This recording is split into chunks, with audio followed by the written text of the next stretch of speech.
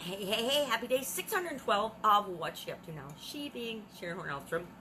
I love my initials. That's why I didn't change my name when I got divorced. S-H-E is a lot better than S-A-H. So, and the name Horne, H-O-R-N-E, for women or girls, not the best name to grow up with. It was actually pretty funny. It's funny when I look back now. It didn't feel funny at the time, but it's funny now. It just made sense to keep my hyphenated name, which is long and cumbersome, and I'm not sure why I did it. When I first got married, when I was in corporate America, and I thought, oh, you got to keep your name hyphenated, so I did it, and just kind of kept it that way. After 25 years, it becomes a habit, and so you're like, don't bother changing it. Anyway, I'm calling today a catch-up day because yesterday I made my videos in the morning. I always make my videos, actually I didn't make them in the morning. I was doing a garage sale with my mom and sisters, and since I'm not seeing very well these days, I'm not driving, and I haven't been driving for over, almost 2 years now, which is a secret that nobody knows, but I don't drive anymore. And as such, my sister was coming to get me, so she came and got me early before I even made my videos, and I ended up making one on the front step before she got here, and then I made the rest of them in my old house in the garage because I needed lighting. And of course, this is funny, the ex-husband has all the lights and all of the fixtures in the garage all installed and fixed and looking really good. He's the master of the garage. Men like their garages, right?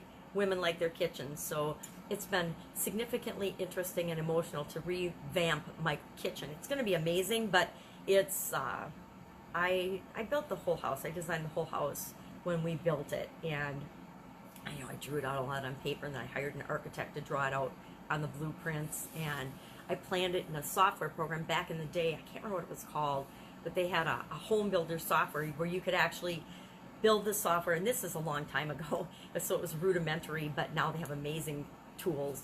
But it was before all they were available. There was a software that I bought, and I designed the house on it, did the plans, and you could put furniture in it and kind of turn it around and move it, and it was like not like it is today, but it was still really fun to build and visualize this home. So it's fun to give it a facelift and do some just a cosmetic facelift and make some changes and put in stone countertops and things that I wish I'd put in the first place, but they were very, very expensive back then. They weren't even, 25 years ago.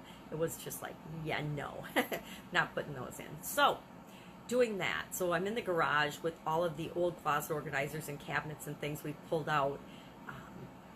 It's a mess, but I got them done. And then we actually had to bury, one of our cats got killed. And so we were burying her out there with my daughter's dog. So it was my daughter's dog and daughter's cat. So we wanted to bury her in the woods there so she would have a safe home to land.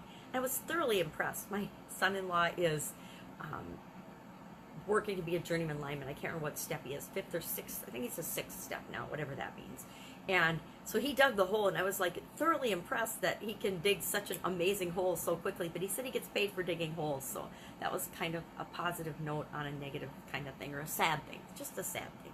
He had her for over 6 years, and so she was a nice little kitty. And I'm not even gonna cry. I cried yesterday, and I cried enough over the kitty. I loved her, but things happen. People and animals come in and out of our lives for a reason.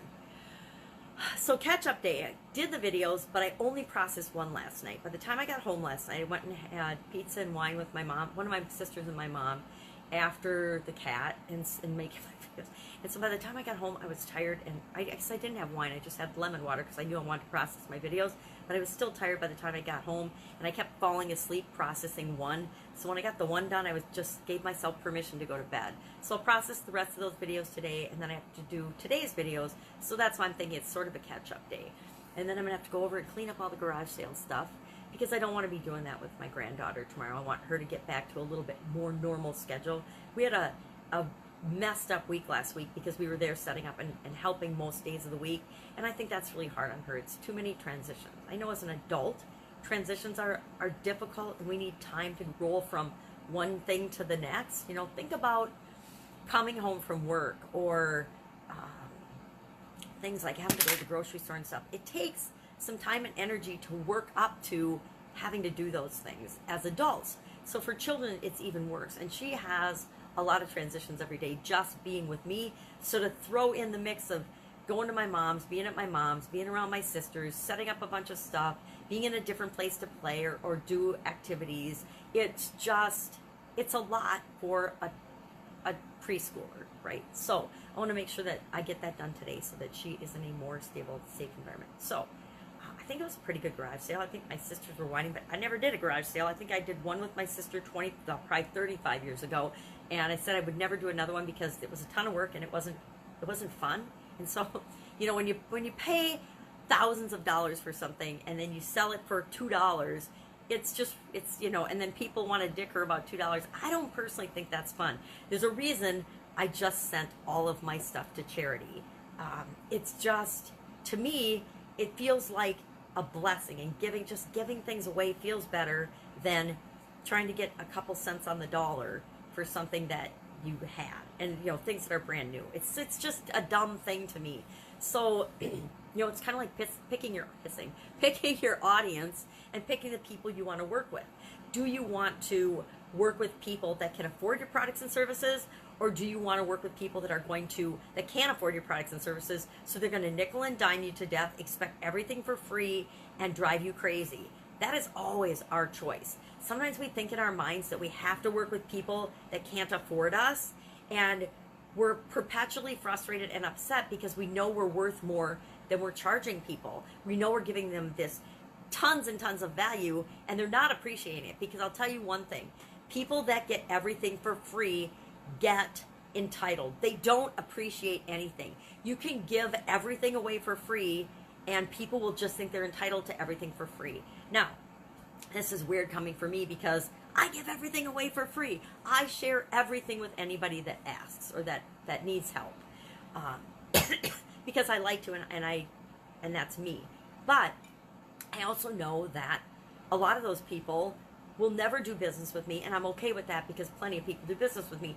But I know that some people just need help. Some people need a hand. And I know that the people that I share with and give things away to for free are probably not going to be my customers, but other people will be attracted to me. The right people will be attracted to me because I'm willing to, and I like to, and I like to share information and give things away for free, if that makes sense at all. I know it's sort of counterintuitive for most people, but the more you give away, the more you share of yourself, the more you're attractive to people, because the more people that should be wanting to work with you and should be wanting to be in your life see you and notice you and are attracted to you. So it's weird, but it's true. It's part of why I just rather give all of my material things away than have a garage sale. So enough about the garage sale, because you'll probably never hear me talk about doing or being involved in another one. And that might be not true too. My mom said something last night about wanting to do it next year because this wasn't the best time of year, and I was just silent. I just didn't say a word. I'm like, maybe I'll live somewhere else. When that happens, we'll see. Getting ready to travel. And as I suspected, at least the cruise portion of my traveling the first week of November, it's going to be unlikely that I can do my usual morning routine of getting up, making my videos, processing them, and getting them out. So before I go, over the next 3 to 4 weeks, I need to do not only my usual daily routine and content creation, but I need to create the content for at least the Happy Everyday segment, the blood pressure challenge. I'm doing a 90-day challenge, so that's like dead smack in the middle of the challenge. So I need to do all those and produce those and schedule those for delivery while I'm gone. And then my daily Supersize Your Business segment. I want to do that every day. Could I not do it for a week? Yeah, but I would really, really miss it. So, because I love doing it. It's really fun. It's fun for me to look into and understand some of the expressions, some of the sayings, some of the words that totally impact us and our customers, even though we might not think it's impacting us. I mean, it's like our underlying currents and beliefs. We just think they're our beliefs. We just think they're the way we are. We don't very often actually step back and say, where did that come from? Why do I think that? Why do I believe that? Why did I say that? My daughter was giving me a hard time the other day because we were shopping for something, and I'm like, geez, that's so expensive. And it's possibly because I don't shop at all. I'm like the anti-shopper. I joke that when God was handing out the shopping gene, he totally missed me as a woman. I miss the shopping gene. And I'm finding that more and more entrepreneurial women, business owner women are like that. We just don't have any time or energy to shop. I am one of those people. I got all my shopping done when I was a teenager. Sorry about that. So I don't need to do that. I just don't need to shop. So it's a catch-up week. I'm going to catch up. I'm going to call back the person that just called me. I wish you an amazing day. I want to talk about what the blood pressure challenge was about today, but since I got a call, I'm going to take that. And I will, of course, be with you tomorrow. Bye. Have an amazing Sunday.